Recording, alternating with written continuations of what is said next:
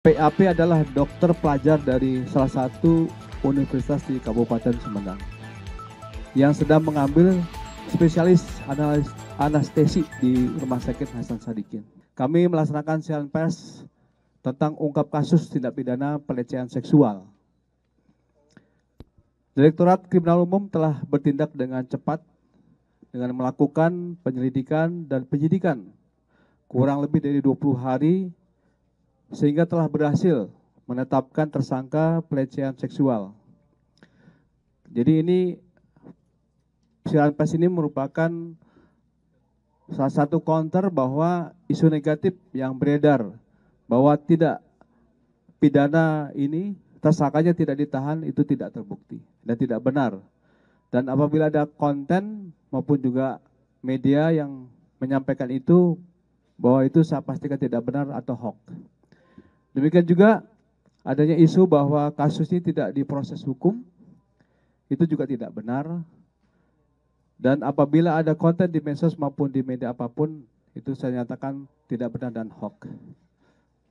Kami sampaikan bahwa perjalanan dari pengungkapan kasus ini adalah dasarnya dari laporan polisi. Nomor LPB 124 3 Romawi 2025 SPKT Polda Jabar pada tanggal 18 Maret 2025. Ya.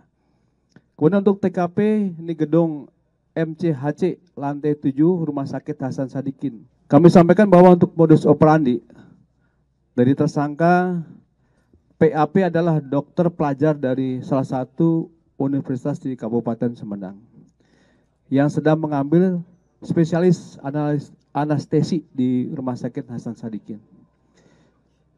Modus tersangka PAP yaitu melakukan pengecekan darah terhadap keluarga pasien yang mana korban merupakan anak dari salah satu pasien yang dirawat di Rumah Sakit Hasan Sadikin.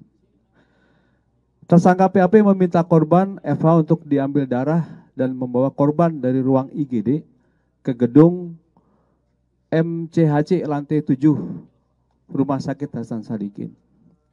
Inilah TKP yang terjadi.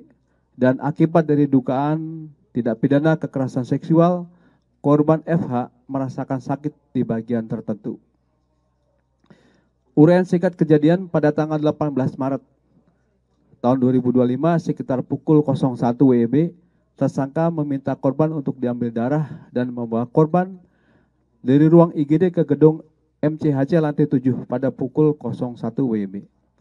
Jadi jam 1 dini hari ini. Dan meminta korban untuk tidak ditemani oleh adiknya. Dan setelah sampai di ruang nomor 711, tersangka meminta korban untuk mengganti pakaian dengan baju operasi warna hijau dan meminta korban untuk melepas baju dan celananya. Tersangka memasukkan jarum ke bagian tangan kiri dan tangan korban kurang lebih 15 kali. Percobaan kemudian menghubungkan jarum tersebut ke selang infus.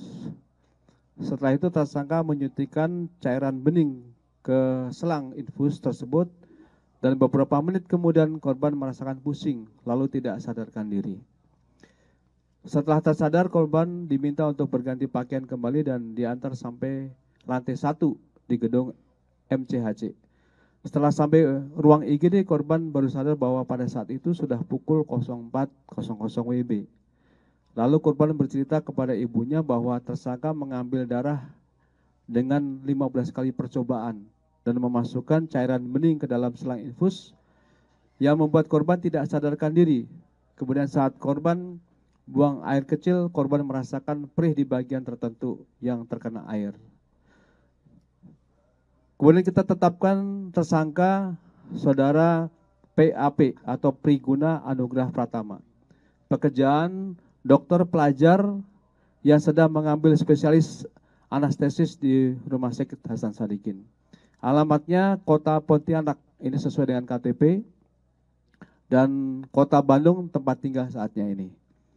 Kemudian korban atas nama inisial saudari FH, pekerjaan karyawan swasta.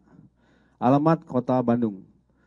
Saksi-saksi, telah dilakukan beberapa acara pemeriksaan terhadap 11 orang saksi terdiri dari Ini ada Eva sendiri sebagai korban, ada ibunya, kemudian ada beberapa perawat, ada kurang lebih 3 perawat, dan adik korban, kemudian dari farmasi, dokter, dan pegawai Rumah Sakit Hasan Sadikin, dan juga apoteker. Dan Ditkrimsus juga akan meminta keterangan ahli untuk mendukung proses penyidikan ini.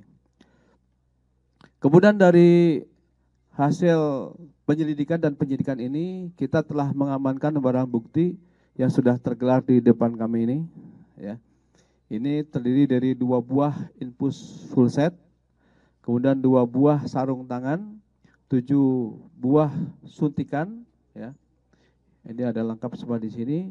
Kemudian 12 buah jarum suntik, 1 buah kondom, 2 buah obat merek Propofol, ya, 2 buah obat merek Mitadif, Midazolam HCI, kemudian 2 buah obat merek Fentanyl Citracid, kemudian 1 buah obat merek Rocuronium Bromide, ya, dan sebagainya, ya. Dan ini ada terakhir yang ada di data kami adalah 1 buah baju lengan panjang warna hitam dan 1 buah celana panjang warna putih dengan corak warna hitam.